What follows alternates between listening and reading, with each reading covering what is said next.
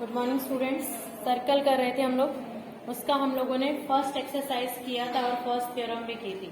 अभी नेक्स्ट है number of tangent from a point on the circle. अगर circle, अब सर्कल की मैंने आपको 3 सिचुएशन बताई थी।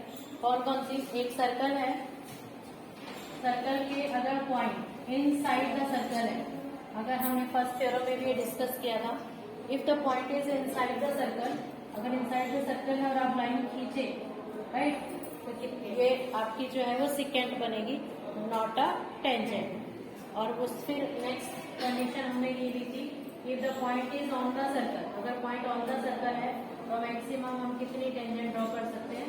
One and only one tangent we can draw if the point is on the circle. अब तीसरी कंडीशन है, point is exterior to the circle, जो हमारी नेक्स्ट थ्योरम है उससे रिलेटेड है। अगर पॉइंट जो है वो एक्सटीरियर में है, एक्सटीरियर है तो मतलब बाहर से जब आपका पॉइंट ड्रॉ करेंगे तो आप कितनी टेंजेंट ड्रॉ कर सकते हैं? तो मैक्सिमम इस पॉइंट से, ये हमने कंस्ट्रक्शन में भी किया है, तो कितनी टेंजेंट ड्रॉ कर सकते हैं? 2। तो मैक्सिमम टेंजेंट अगर एक्सटीरियर पॉइंट है तो कहाँ कितनी होंगी? 2। क्लियर? तो अब हम इसी के बेस के ऊपर थ्योरम करेंगे। थ्योरम हमारी है 10.2।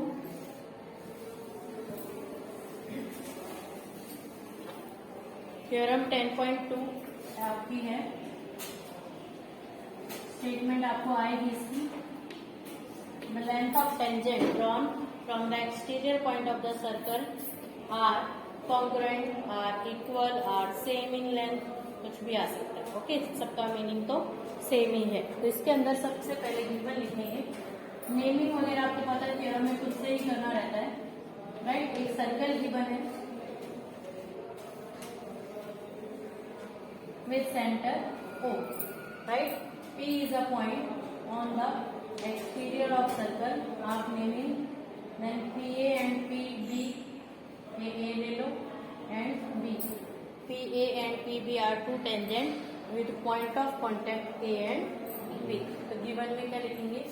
A circle length, a circle OR, P is a point exterior of circle PA and PB are two tangents drawn from P circle O, right. Circle के ऊपर हमने टेंजेंट ड्रॉ कर दी। तो प्रूव क्या करना है? PA equals to PB। Clear? Then construction, construct करेंगे हम लोग, ज्वाइन करेंगे किस किस को? OA, OB एंड OP, इन सबको ज्वाइन करेंगे। OA, OB and O, right. Now proof, जब हमने इनको ज्वाइन किया तो आपको यहाँ पर 2 ट्राइंगल दिख रही है। एक ट्राइंगल आपकी ये है और एक ट्राइंगल ये है। हम दोनों ट्राइंगल को पहले क्या करेंगे? कॉन्ग्रुएंट प्रूव करेंगे। तो कैसे प्रूव होगी आपको पहले बताऊं। ये दोनों रेडियस हैं, राइट, इक्वल होगी। जैसे angle is right angle, first theorem हमने प्रूव किया था कि at point of contact radius is perpendicular to the tangent. और ये जो है वो आपकी कॉमन साइड होगी दोनों ट्राइंगल में। तो कौन सा रूल लगेगा? जब 90 डिग्री के सामने वाली साइड अगर इक्वल होती है तो हाइपोटेन्यूज होती है। तो कौन सा होगा? RHS। RHS कॉन्ग्रुएंसी रूल से दोनों ट्राइंगल कॉन्ग्रुएंट होंगे। जब दोनों ट्राइंगल कॉन्ग्रुएंट हो गई तो उसके सारे पार्ट्स क्या होंगे? सेम होंगे। इसका मतलब ये दोनों भी क्या होंगे? Equal.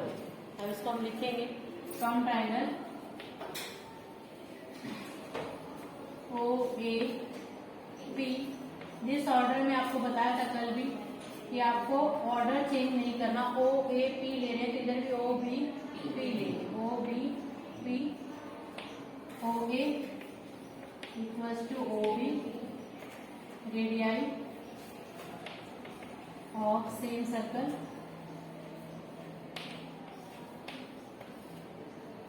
angle OAP equals to angle OBP. Right angle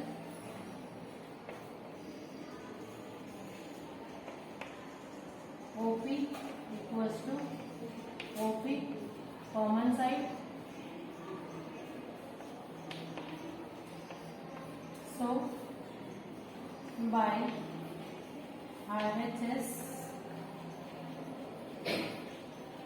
congruency rule, triangle OAP is congruent to triangle OBP. This implies AP equals to BP by CPC. Theorem आपकी प्रूव हो गई यहाँ। अब इस थ्योरम के हिसाब से आप क्या क्या चीजें प्रूव कर सकते हैं वो बताते हैं।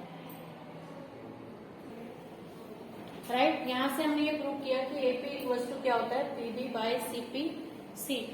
ये हमारी थ्योरम तो यहाँ पे कंप्लीट आई। बाय चांस इस थ्योरम को छोड़कर, यानी आपको ये प्रूव नहीं करना है कि क्या AP इक्वल्स टू PB, उसके अलावा क्या प्रूव करना है ऐसा बोल सकता है। नेक्स्ट इसके अंदर क्या सेम थ्योरम रिपीट करेंगे, अगर क्या क्या आएगा तो अगर ऐसा आए OP बाइसेक्ट एंगल AOB और क्या है OP बाइसेक्ट एंगल APB, तब भी आपको यही लिखना। कैसे?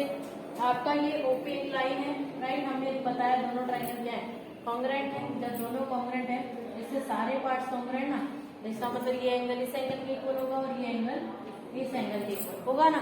तो इसका मतलब ये जो लाइन OP है वो इसको क्या कर रही है बाइसेक्ट कर रही है।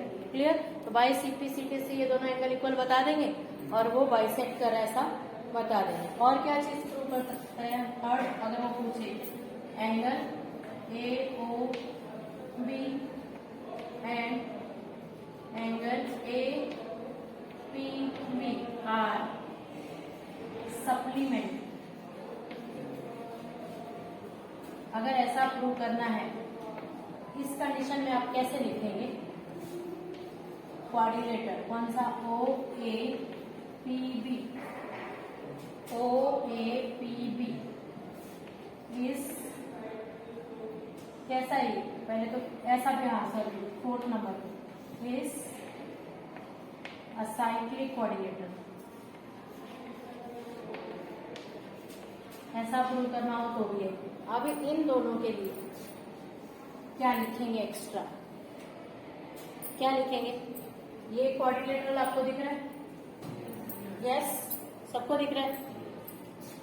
From quadrilateral OAPB angle AOB plus angle BPA plus angle PAO plus angle AOB equals to क्या होगा 360 by angle sum property of a quadrilateral.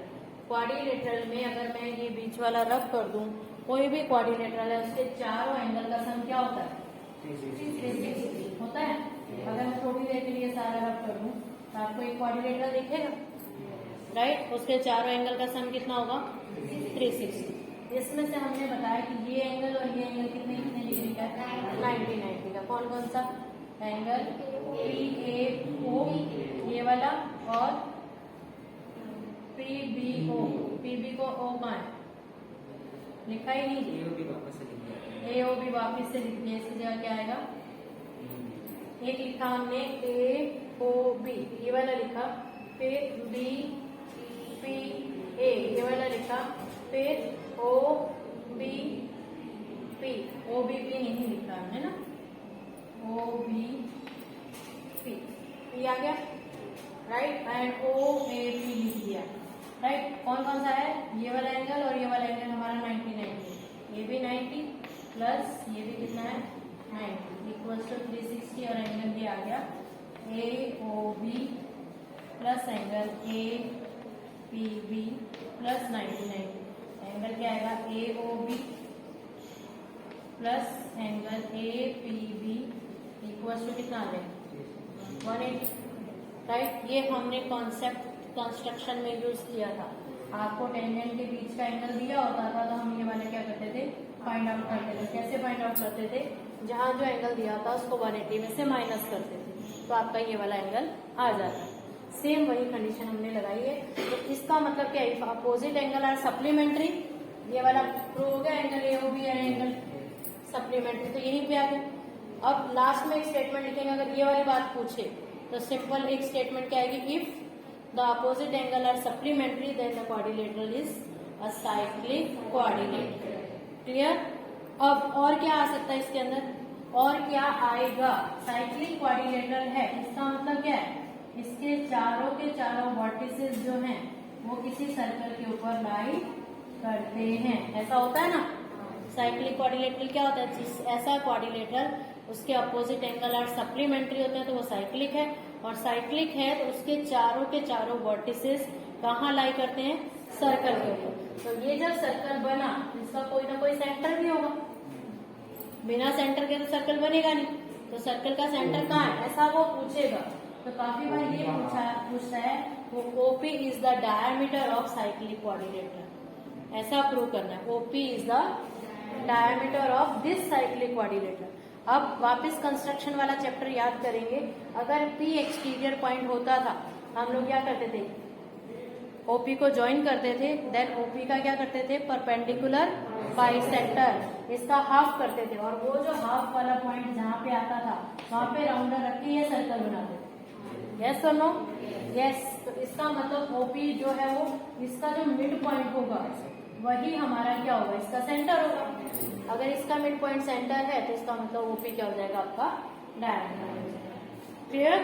यानी एक ही थ्योरम से आपसे कोई भी चीज पूछे, ये तीनों चारों चीज तो बाय सिंप्लिसिटी से लिख दोगे, और ये आप एंगल सम प्रॉपर्टी से यूज करके फाइंड आउट कर लोगे। बाई चांस अगर आ जाए, वैसे तो थ्योरम सीधी सीधी आती, या ज्यादा से ज्यादा ये एंगल पूछ लेते हैं कि वो एंगल सप्लीमेंट्री है कि नहीं, लेकिन फिर भी मैं तुम्हें बता देती हूँ, अगर बाई चांस ऐसा कुछ पूछे तो बस उतना लिखने के बाद आप डायरेक्ट लिख सकते हो। Okay.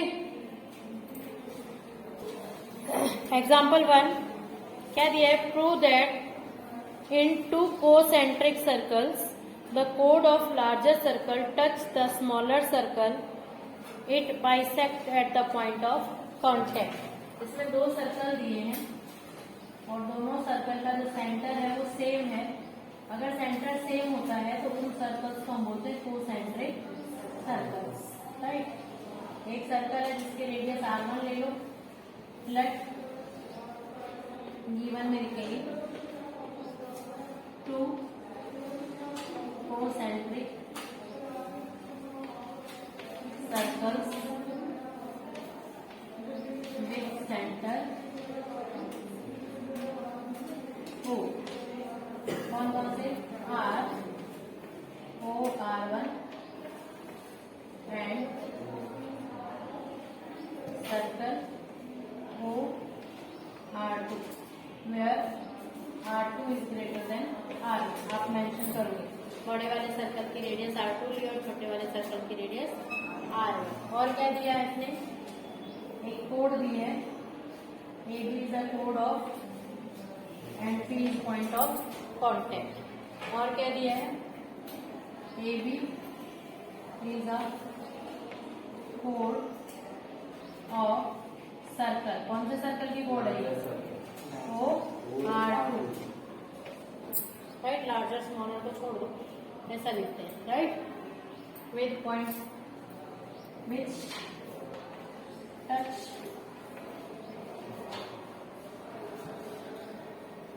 the circle OR1 at point P, right. अब क्या प्रूव करना है, OP bisect AB।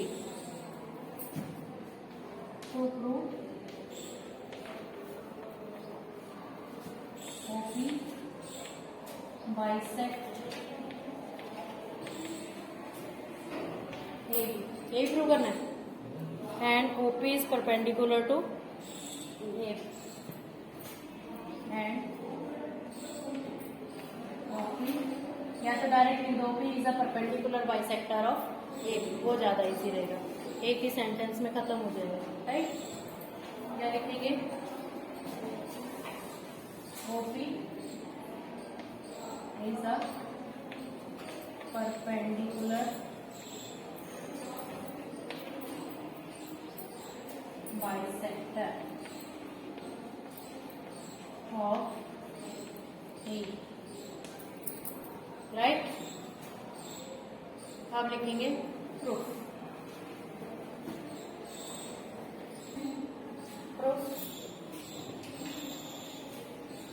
First theorem में हम लोगों ने लिखा था ना, उसकी स्टेटमेंट लिखेंगे। As we know that radius is perpendicular to the tangent at point of contact, ये 90 डिग्री का बनाती है एट पॉइंट ऑफ कॉन्टेक्ट, वो स्टेटमेंट आप लोग लिखेंगे। क्लियर। नाउ अगर इनको ज्वाइन कर दें फ्रॉम ट्राइंगल, या तो वो स्टेटमेंट लिखने के बाद आप ऐसा भी लिख सकते हो, ऑल्सो वी नो दैट, वो आपकी 9th वाली स्टेटमेंट में क्या था, जो ये 90 डिग्री बनाता है वो इसको बाइसेक्ट भी करता है, हमने थ्योरम प्रूव की थी, तो वो यहाँ पे प्रूव करके भी दिखा सकते हो। From triangle O A P and triangle O B P, O A equals to O B, radius है, यस और no, radii of same circle, पूरा लिखना, ठीक है। OP equals to OP, common side, ये लिखना ज्यादा इजी रहेगा। Angle O P A equals to angle O B P B, है ना, राइट एंगल, वो स्टेटमेंट लिखनी है ऊपर, याद रखना, इसलिए हम इसको राइट एंगल लिखे हैं। कौन सी स्टेटमेंट लिखने हैं, एज वी नो दैट, वो वाली जो फर्स्ट थ्योरम की स्टेटमेंट है, उसके बाद इन दोनों ट्राइंगल को हम कॉन्ग्रुएंट प्रूव करेंगे। So by RHS congruency rule, triangle OAP is congruent to triangle OBP. So AP equals to PP by CPC. Right? Hence, last में लिखना, we can say that OP bisect A.